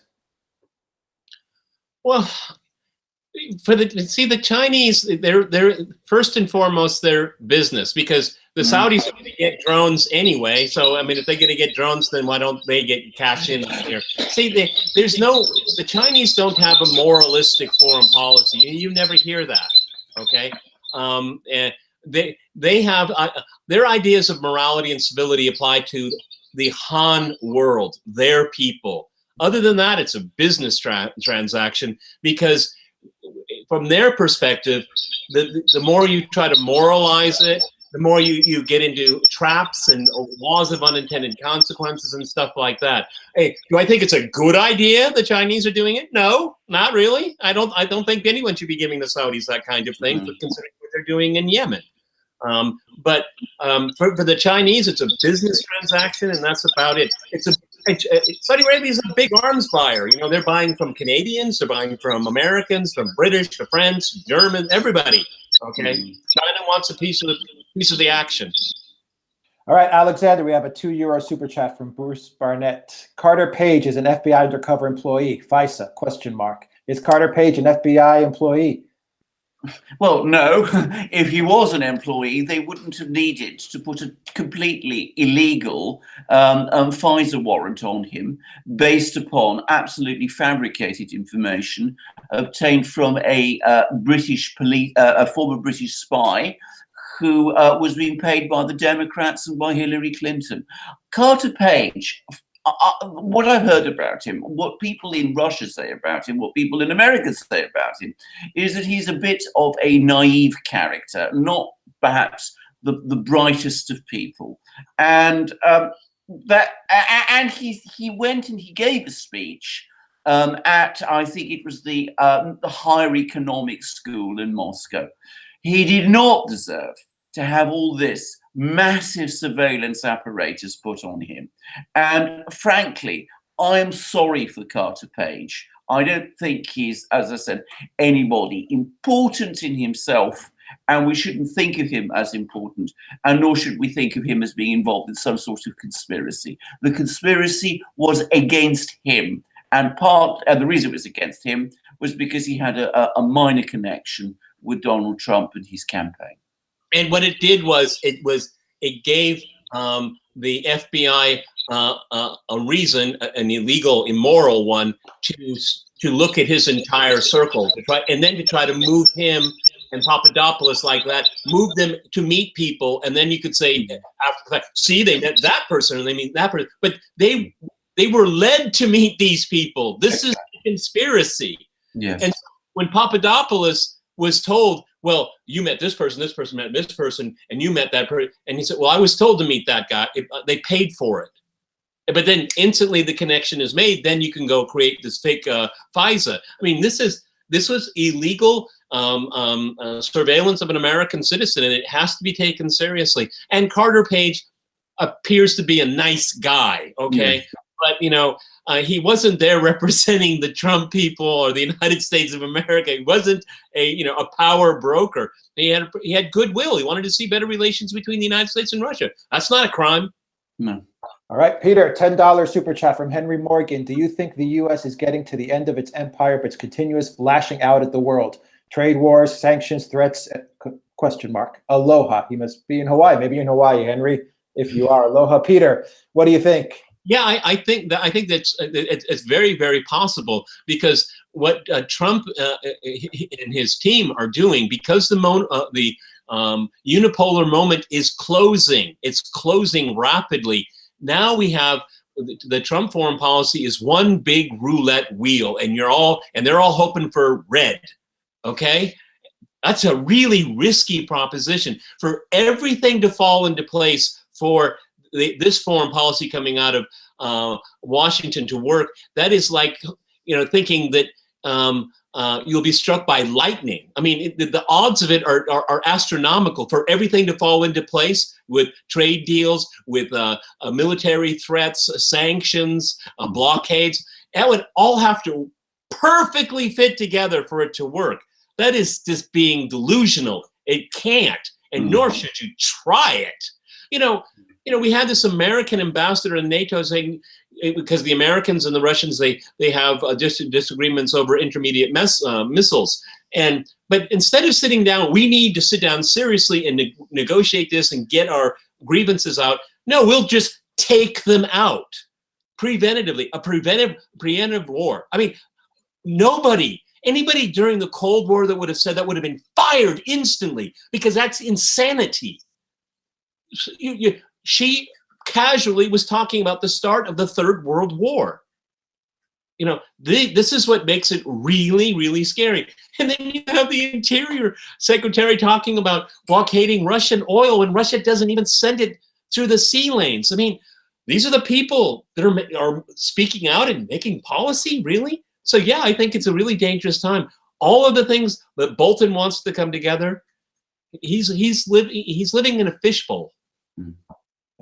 Alexander, we have a lot of questions, so I'm just going to combine them on this topic and just get your take on it. What do you think of the news about bioweapons being created in Georgia, the U.S. bioweapons? Well, this is an extremely worrying development if it's true. Now, I mean, you know, I have to say the Russians have said this. The United States is denying it. So we've got to take those denials into account. But there is a long history of the United States being interested in bioweapons, and there do seem to be some evidence that some people in Georgia have died or been badly affected by this thing. If the United States really is experimenting in bioweapons, then that is a terrible thing. It is very wrong. It puts all its sanctions of people around the world for indulging in chemical weapons very much in a very, very bad perspective. It is dangerous in itself because bioweapons are uncontrollable things. And if it is doing them, if it is doing these experiments on the territory of the former Soviet Union, in a country bordering with Russia, which at the moment is involved in a conflict with Russia, a conflict which some people in Georgia want to end, by the way, then that is beyond reckless. It is criminally wrong. So this is very disturbing news at many levels. As I said, I note that the United States is denying it. I note that the Georgians are denying it. They've not really responded to the allegations seriously. I think they should. And I think this calls for an independent investigation, and one fast. The irony, of course, is that Russia is supplying sarin gas to Assad. Russia's poisoning people in the UK. I mean, the irony of ironies, you know, without any proof, okay? And then the United States is believed to be involved in development of chemical and biological weapons, which any sane person knows they are not weapons you want to use unless you're going to drop it from an airplane, because if you're using it any other way, you kill yourself in the process. I learned that during the First World War. All right, we have a super chat, $5 from Nicholas Dalheim. Peter, can the U.S. institutions recover from Me Too, Kavanaugh, and the racial and sexual identity politics? You seem quite pessimistic about the U.S. I'm very pessimistic. Look, when rage replaces reason, what? How can you be optimistic? How? You know, intimidation replaces process, and liberals and the liberal media are not putting any kind of brake on it at all. The gang rape, you know, 10 weekends in a row, girls lining up to be drugged and taken advantage of. No, 2 years ago, no news outlet would have ran that story because it's so outrageous. But they ran with it with glee. And then you have this Me Too movement that is this is the worst thing the current day feminists have conjured up, because it only damages women. Because now with the whole charade surrounding Christine Ford, you know, a lot of people say women aren't credible. And then when it does something terrible happen, we'll say, well, people like that didn't come. They didn't have candor, to use an FBI word. Then it gets all convoluted. Where is the personal responsibility? There's no personal responsibility.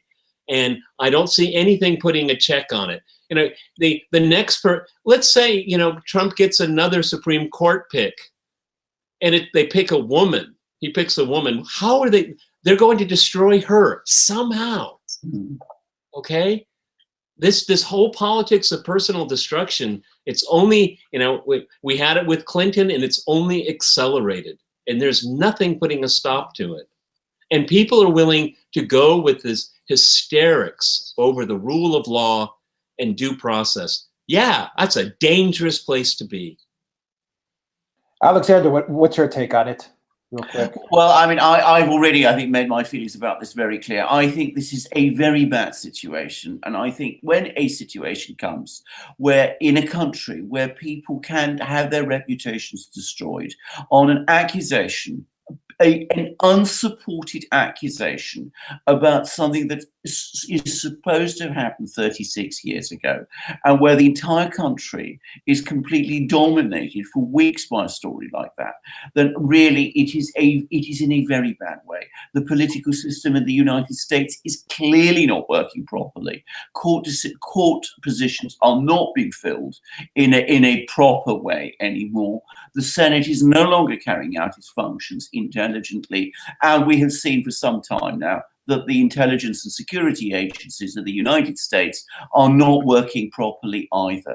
And Peter asked some questions before, rhetorical questions about the economic state of the United States. Well, I have to say I have very great doubts about that too.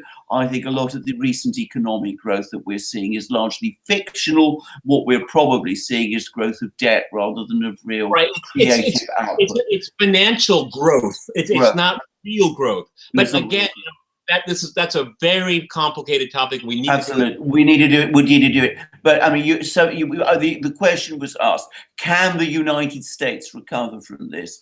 I would like to think so, but frankly, looking at the situation, I don't see any will to. And when the entire media behaves in the way that the media of the United States has been doing for some years now, for several years now, how is it possible to be optimistic? I cannot be. All right, Bruce Bennett, who asked a question about Carter Page being undercover FBI, sent a super chat for €2. He says he disagrees on Page.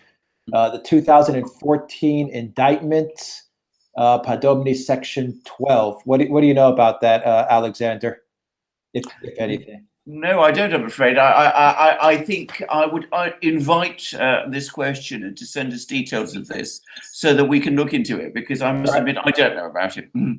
Okay, so Bruce Bennett, yeah. Carter Page was just he was used as a tool.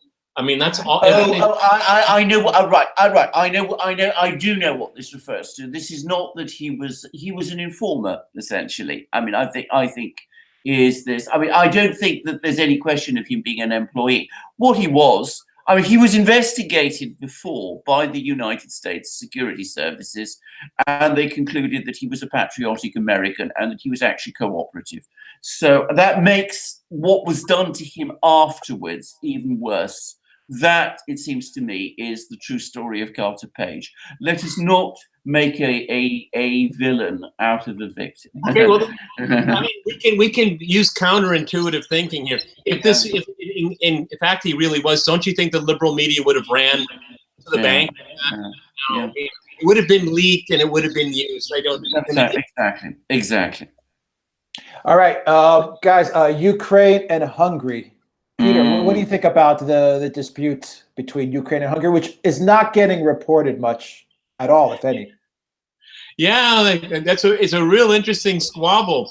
You know, we have in Ukraine a regime that is pushing Ukrainization, and primarily through language. And in the southwest of the country, you have a significant Hungarian minority, and they speak Magyar, Hungarian, and they're saying, hell no, we're not going to learn this, you know, from grade 3 and on. We don't want to speak Ukrainian, we speak Hungarian.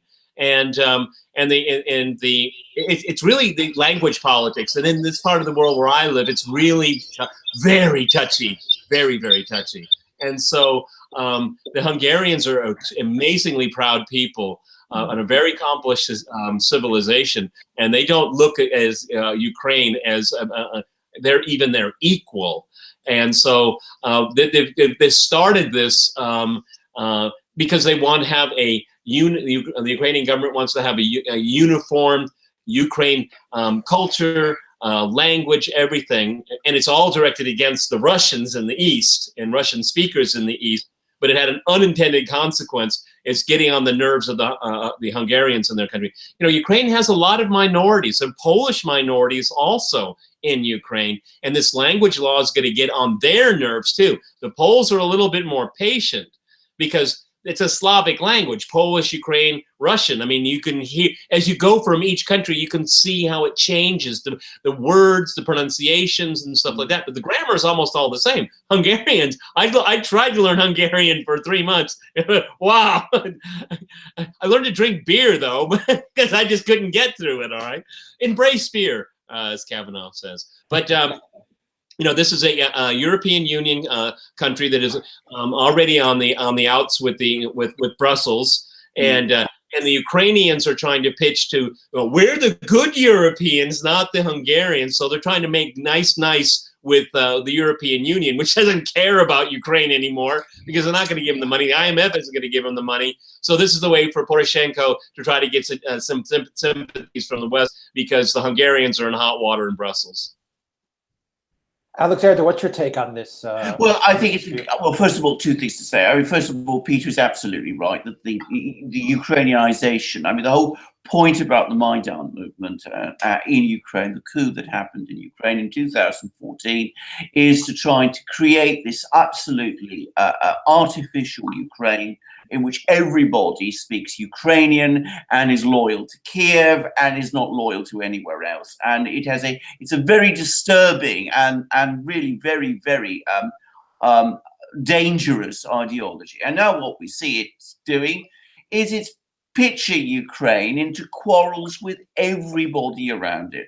They've quarreled with Russia. They're quarreling now with Hungary. And of course, before long, and I think Peter's absolutely right, they're going to quarrel with Poland. I mean, their great national hero that they created, who is Stepan Bandera, was a man who, during the Second World War, not only collaborated with the Nazis, but collaborated with the Nazis, fighting not just Russians, but Poles. And yet there seems to be what the whole trajectory of the Ukraine is. But the real shock horror about this story is the one that Alex mentioned right at the beginning, which is that this isn't being reported. Ukraine is able to do the most terrible things. It's able to violate language protections. It's able to support neo-Nazi groups in Ukraine. Not the Orthodox Church. Or do whatever it wants. And you just don't read about it anywhere in the Western media, even as the situation there goes from bad to worse and becomes more dangerous almost by the month. This is what happens. This is what happens when you have a nationalism without a nation. They can't square the circle because there is no real Ukrainian nation. It's an amalgamation of so many, and they're trying to force this onto the population. And of course, you have these right-wing neo-Nazi, neo-fascists that are pushing this ideology. And if people don't accept it, well, that's what they're for. This is a really toxic thing, very toxic. And it's just going to end in a river of tears for everybody. Absolutely. Peter, very quickly from Blizzard Veritas, why are people like Kissinger, Soros, and Brzezinski and Rockefeller never going to be prosecuted, even though the two are dead? They're too big to fail. They're too big to prosecute. Okay. No. Unfortunately, that we have unequal justice. Where would be the venue? Who would make the charges?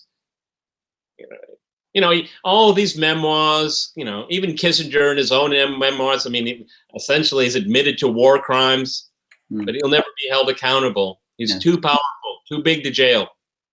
Too big to jail. Billy B's asking, Alexander, is China meddling in the upcoming U.S. elections? Well, Donald Trump says so. I don't believe it. I mean, I don't believe it. I'm not in any serious way. I mean, the Chinese did run, apparently, an influence campaign before in the 1990s, supposedly in favor of Bill Clinton. And I'm inclined to believe that. But that was long ago. I don't think they're doing anything serious now. I think they know perfectly well that it wouldn't work now. And I think that the US is obsessed with influence campaigns on US elections. I mean, it runs influence campaigns in other people's elections on a simply Homeric scale. I mean, it's just what is being done to them bears no comparison to what they're doing to others. And I think people in the United States need to calm down and not worry about what the Russians and the Chinese and people like that are doing to them, and ought to start focusing a little bit more on what they're doing to each other. But this is a mindset where it denies introspection. Yeah. Something is wrong, but I couldn't possibly be doing something wrong. It must be outsiders that are out to get us. Okay, but that's just not an individual thinking. That's an entire political culture thinking that way. Oh, we could not ever make a mistake. It's our enemies that are doing it. No introspection. Look, the Democrats never had an introspection after 2016. The media never had any introspection, a postmortem of what they did wrong. Okay, so for Mike Pence is he's throwing this in with the sanctions things, okay? It's just, throw it in the mix, see how people react to it all. I don't think the Chinese care one way or another. If you see your adversary tearing themselves to pieces, you don't have to help. Just watch.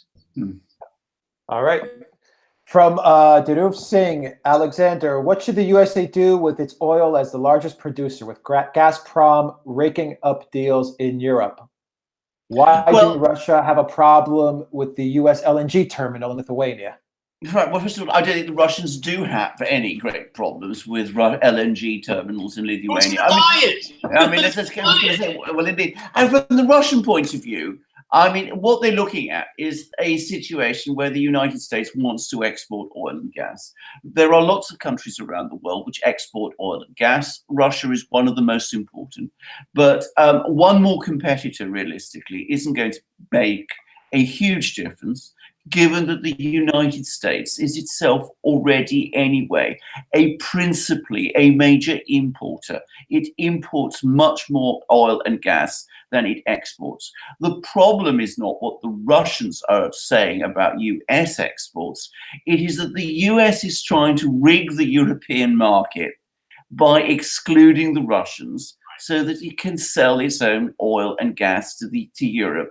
And force the Europeans to buy expensive American liquefied gas in place of much cheaper Russian pipeline gas. That's what it's all about. I mean, that's where the real pressure comes from.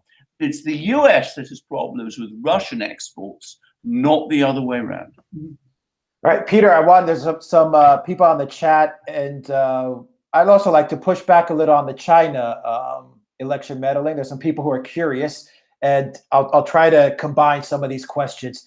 They're asking, what about the Chinese tampering on computer chips and putting backdoors in software, and the fact that China does own pretty much, or is a large part of the technology landscape, and a lot of companies.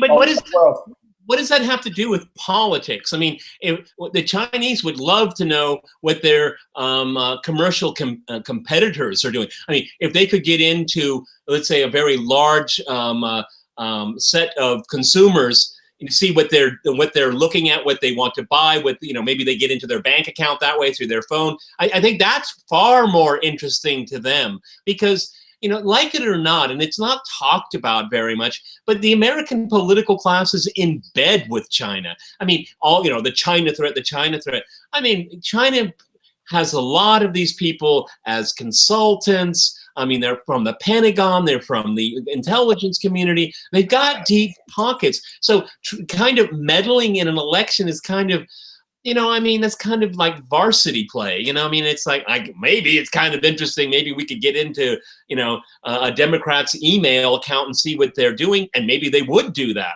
But when you say meddling, trying to determine outcomes, I don't see that. I don't see that at all, because it doesn't matter who's in power, basically. China is going to be now and for a long time in the future to be seen as an adversary. So, doing this, doing like a a fake and failed Russia, you know, with WikiLeaks and all that. I don't see, the Chinese don't operate that way. They're very insular. They don't like to trust people. Their technology is their greatest friend. But, you know, trying to determine, like, you know, gubernatorial election in Louisiana, why?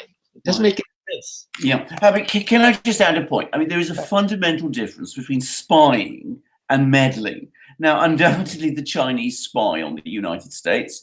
The United States spies on China. I don't know how true the story about the chips is. I've heard some people doubt it. But let's assume it's true. And let's assume the Chinese are using chips to spy on the United States. The United States does this on an immense scale. That is what the National Security Agency is. That's what it does. That's what the CIA Vault 7 things were all about. It always amazes me that Americans get so surprised that other people do to them what they do regularly to everyone else. What about Israeli meddling and Israeli spying? You never hear anything about that. But it's pervasive. It's pervasive. Yeah. All right. Sam E has a question. Hopefully we can try to understand what the question is. Are you fellas willfully ignoring the difference between Trump's administration and approach and agenda and those of previous administrations? And all that entails seems so. So I guess he's saying if we're maybe not giving Trump his due or not comparing him to the Obama or the Bush or Clinton administration. Well, I mean, I'd say, just to answer the question, I mean, I think he's wrong. I think we all agree that the Trump election and the Trump administration has marked a fundamental break with what went on. Now, whether it's going to be a break for the good or for the bad, I am not sure. But Donald Trump's entire style of politics and a lot of what he's been saying about American first and all the rest, and the way he's been introducing protectionism and all of that, it involves a radical break from the past. Now, as I said, that's why it's encountering so much resistance in the United States. So I don't think we can be accused of minimizing this change. I think, on the contrary, we comment about it continuously. Whether it's ever going to lead to anything positive, or whether it's going to succeed. Now, that's a completely different question. Yeah, but I mean, if we were doing this 2.5, 3 years ago, we would all be saying Obama's 7 wars were wrong. Obama's whole approach to Syria is wrong. The only thing we probably would agree with is the Iran deal was good. All right. I mean, Obama's Russian meddling in American politics. Obama went to London and lectured the electorate about Brexit. I mean, meddling, really? So no, I don't really understand the question. It doesn't matter who's in power. We're going to have a very critical approach to it. I mean, Donald Trump is a very, you're never supposed to say very unique. He's a unique character, and I think it takes unique analysis and critique to take him all on, okay? Yeah. But I don't see we give anybody a free pass. Right? I don't see that. All right. Peter and Alexander, talk about the milestones the BRICS need to attain going forward. Right. The most important thing they need to do is they need to create their own financial architecture. The Russians have just been talking about de-dollarizing Russia completely, the Russian economy, by 2024. The Chinese have been talking for a long time about creating a alternative financial institutions and moving away from the dollar as the reserve currency. The whole drift of what they need to do, what the BRICS need to do, if they're going to establish their own economic sovereignty in the way they say they want, is they have to create their own independent financial system. I think they can do lots of other things. I mean, when we say the BRICS, we need to understand that this is not in any sense a political alliance. It is a club, if you like, of certain very diverse countries that meet together and talk with each other. But they do have certain things in common, which, as I said, is a certain desire for independence and for shall we say, even or diverse situation in the world, not a unipolar world, but a multipolar one. So I've said that The most important thing is setting up their own financial institutions. I think they also perhaps need to start thinking going forward a bit more seriously about working together in the international diplomatic and political institutions like the United Nations and such things. Carry on. I think what they need right second after financial institutions is that they have to come up with alternatives to Google and in the information age, because Google's got way too much power. Yes. I think that the countries could pool their resources and come up with some alternatives, maybe not just one, but a number of alternatives, where you're not going to have to worry about being shadow banned and throttled and stuff like that. The West has too much control over the information infrastructure. They have the kill switch. Okay, Yes. That has to be addressed. Yes. All right, guys, we are approaching 2 hours on the live chat, so keep some questions coming in. We'll go for how much longer you guys want to go for? Another 10, 15 minutes? I got to take the dogs out, so about 10, All right. 10 minutes. We'll go for another 10 minutes, so keep those questions coming for 10 minutes, and send us some super chats. Buy a t-shirt as well, and donate to our PayPal and Patreon page. You can do that after the live chat as well. Let's go and see what people are talking about in the chat. We had close to 900 people, guys. 900. That's not bad at all. And let's see. What do you think, Alexander? What do you think about the situation in the Balkans, Turkey and Cyprus? Well, it's a broad question, but it's a broad question. It's a complicated question. I mean, I have to say, when hears different things, I tend to take a more optimistic view of this than some people in Greece do. I think that we will gradually move in Cyprus towards a more a process that will approximate to unification, because I don't think that Erdogan, who's got so many problems on his hands, problems in Turkey with the economy there, problems in Syria where things have gone horribly wrong, he finds himself in confrontation with the United States. He's got to build up his relations with Iran. I think that Cyprus is a small problem that he needs to sort out. And I think he will want to sort this out. I think the Greeks also want to sort this out. And I think the people in Cyprus very definitely need and want to sort this out. So I think some sort of a deal will be done. It's going to be a difficult thing to negotiate. I think the parameters for it are there. I think there has to be some kind of connection between the communities and maybe some kind of overriding structures that could be established. But I think it will happen. And I think it will happen sooner than many people think. Peter, when will Russia and China be on the gold standard? I don't think they will. I think that their accumulation of gold is obviously a hedge here. I think really what both countries are thinking about is alternative currencies. A currency based on water. Kind of thinking in the Bitcoin realm here. I think that they're thinking really big because the whole dollar system is going through really amazing evolutions right now, and it's really hard to say where it's going to end and how it's going to end.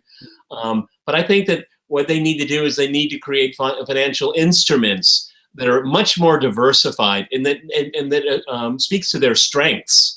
And I think all of us kind of watching this Bitcoin thing with kind of fascination.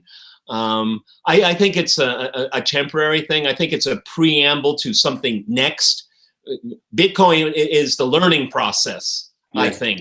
Yes. And then come out with some other things here. It's because, in Bitcoin, and not that I'm a big fan of it, I actually don't really understand it very well. But it is something that gets you away from the fiat currencies. And this is the direction we're going in. And I think that Russia and China and other countries that do not want to experience the wrath of the US Treasury, and it gets really painful, they're definitely saying, we don't want to be a victim of this here, because the US is destroying its own currency by weaponizing it. And I think the other countries looking at their assets and their resources want to think of different financial instruments that will give them, protect their sovereignty and make them powerful trade partners in the world. All right, we got a €2 super chat from Bruce Bennett. Alexander, why is Bill Browder going on dank bank maneuvers? Yes, why indeed? Well, the reason he's doing it, I think, first and foremost, is to keep himself in the news. He has to keep the thing running all the time by emphasizing constantly about Russian corruption and about the Russian, the evil. The irony of it. Because he doesn't want the focus to switch onto him. He doesn't want people to ask questions about the sort of things he was doing.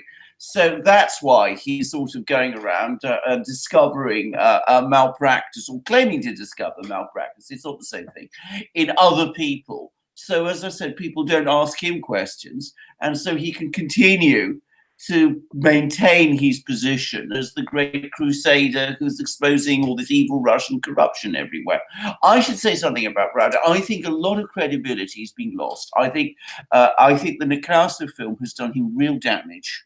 I think a lot of people have seen it. I mean, not maybe lots of people in terms of numbers, but influential people have seen it. And I think a lot of them are asking themselves, well, really, were we taken for a ride by this man? And I think that has made it even more necessary for him now to try to, to sort of build up his reputation to the extent that he can by coming up with all of these other things. What little he's got left. Yeah, exactly. All right, a couple more questions and we'll wind it down, guys. From Kentucky Fried is asking, I believe the French or Germans requested the U.S. Reserve to return their gold, but the U.S. refused. Do you think they even have the gold anymore? Peter, do you think they have the gold anymore? Real quick. I really don't know. The fact that they don't want to cough it up certainly is a bit suspicious, to say the least there. For the Americans, it's a loss of faith, because the U.S. is supposed to be the gold standard, right? Where you have trust and confidence. And what it does is it's a humiliation that their allies want their gold back. I mean, that's something that really hurts their pride, because the U.S. is supposed to be in God we trust, all the symbols and all of that. And what it is other countries are saying we have to protect our sovereignty, and we don't know what you're going to do with our gold if something happens. So it's a vote of no confidence in a way, the way I see it. Is it gone? I don't know. I agree with Peter. Can I just say, I think the Germans did eventually get their gold back. I think so too. But the key point is exactly what Peter said. The Germans are now saying to the United States, look, we are no longer the defeated power of World War II. We are an independent country. We want our own gold here in Germany so that we can run our own currency, which is, of course, the euro at the moment, and we have our own reserves inside Germany, and that will eventually lead to Germany running its own independent foreign policy again. And I think that was what made the Americans, the US, very uneasy about returning that gold, because they are seeing in it, and they're right to see in it, just as Peter said, a sign of German independence and of German distrust. And I think those two things are now coming together. But the French, I think it's the same. All right, let's end it on this question. Do you think North Korea and South Korea should get the Nobel Prize, Peace Prize? Well, I think it's much too soon. I mean, I think we're not anywhere close to peace yet. And we saw what happened when a certain American president got a Nobel Peace Prize before he had actually achieved anything. But can I say, we should not underestimate the scale of what has been achieved in the Korean Peninsula. And we've gone from a situation where a year ago everybody was talking about war, and now everybody's talking about peace. And the Koreans, the two Korean leaders, Kim Jong-un and President Moon of South Korea, they are the ones who are doing all the work. I mean, Donald Trump gets the headlines, but the real hard grinding work is being done by the Koreans themselves. So perhaps not not the Nobel Peace Prize, but certainly they deserve congratulations and thanks. That's what I think about this. They should retire the whole idea of a Nobel Peace Prize. Sorry. I completely agree with that. Don't ever give it to politicians. Cardinal mistake. Yes. All right, guys, and with that, we've hit a little over 2 hours on this live chat. Thank you, everyone, for joining us. Thank you for your super chats. Remember, you can buy a shirt at the Duran shop. It really helps us out, and you can donate to our PayPal and Patreon page. The description is in the links are in the description down below. Alexander Mercouris in London, Peter Lavelle in Moscow. Do you guys have any last words? Anything else you would like to talk about with everyone who has joined us on our live chat? We hit well over 900 viewers, guys. That is fantastic. And can we just say, I think Peter and I so enjoy coming on these live chats and answering your questions. So please come again. And we just absolutely, I mean, it's just manna from heaven for us. But well, I think we've all been talking, and the three of us here, and expect some new things. I don't want to be a spoiler, but we got some things floating around, and I think you'll like it, and it'll be a lot more to watch. Okay. And all right, guys, thank you for joining us. I hope everyone had a good time, and I hope everyone enjoyed all the answers to all your great questions. And we just had great questions today, so thank you to everybody. We did. Stay tuned. We have a lot of videos coming out this week, and I guess we can call it the post-Kavanaugh hangover. Return of Russia, Russia, Russia. Return of Russia, Russia, Russia. All right, guys, thank you very much. Enjoy your Sunday. Everyone take care. Until next time. Alexander, Peter, thank you very much.